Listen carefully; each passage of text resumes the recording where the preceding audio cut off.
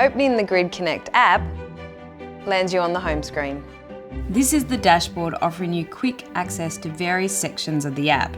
If you have a number of devices that are alike, 6 lights for example, you can group them together so that you can control them at the same time. You will still be able to control each product individually in the group, if you need to. To group products, go into the user interface of one of the products you'd like to group.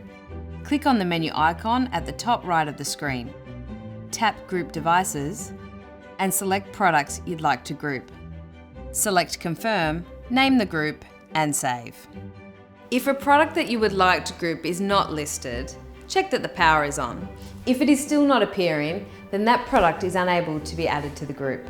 You can still control all the devices together, but you will do that in Scenes and Automation. Notice you now have a new group icon on your dashboard, which you can allocate to a room if you like.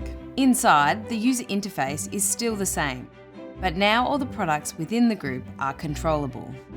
If you remove a group from the app, the individual products will remain in Grid Connect. And remember, products must have the same features in order to group them together. Group of lights, group of security cameras, group of power outlets.